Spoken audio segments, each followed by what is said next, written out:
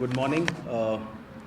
मैं शशांक जायसवाल, डीसीपी रोहिणी। मेरे साथ हैं एसीपी रामफुल मीना जी और एसएचओ के काटजू मार्क साथ में, और मेरी साथ में टीम है मेरे साथ में और जो यहाँ पे उपस्थित है।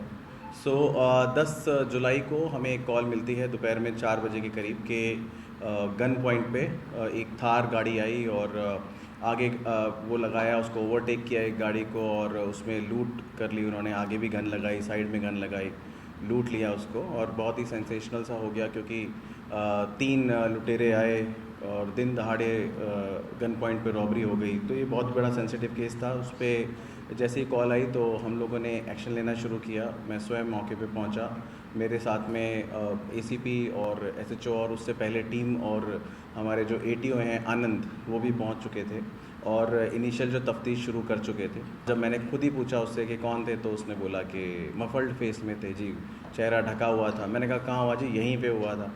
तो उसके बाद जब उसने बोला कि जी पीछे से गाड़ी आई थार, तो हमने जो है टेक्निकल सर्विलेंस भी शुरू करी। हमने जो है फुटेजेस भी चेक करी।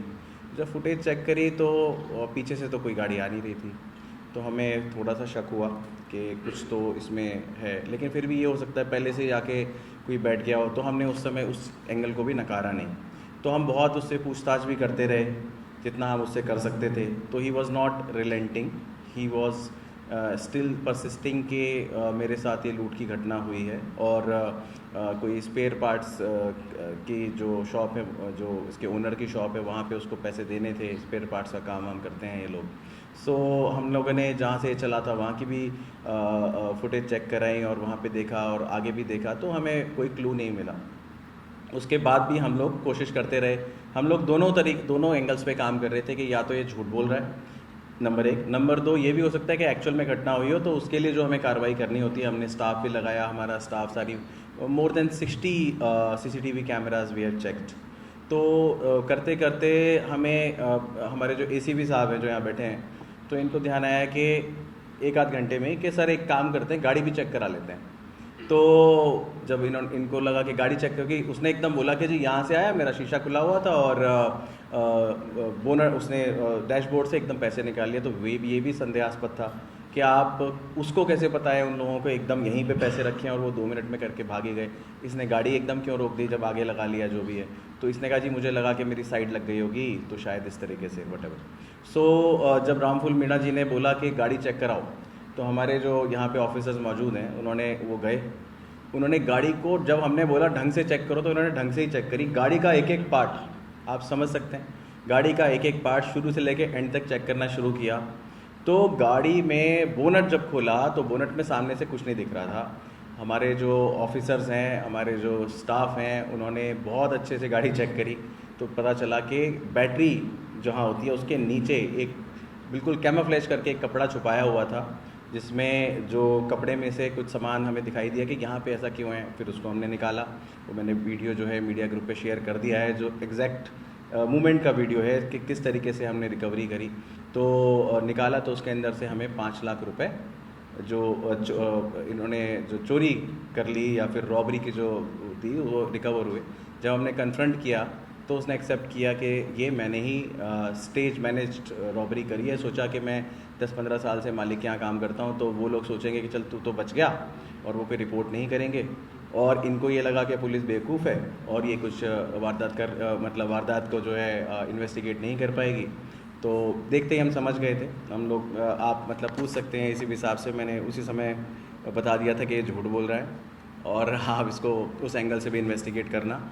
उसी 5 मिनट में आप साथ ही थे जी। तो जो जिस तरीके से उसने कॉल करी उससे भी हमें समझ में आ गया था कि ये झूठी जो कॉल है और झूठा मुकदमा है। स्टिल प्रॉब्लम ये थी कि अगर झूठी है तो आगे से पीछे तक कोई दिखाई नहीं दे रहा है और पैसे कहाँ गए।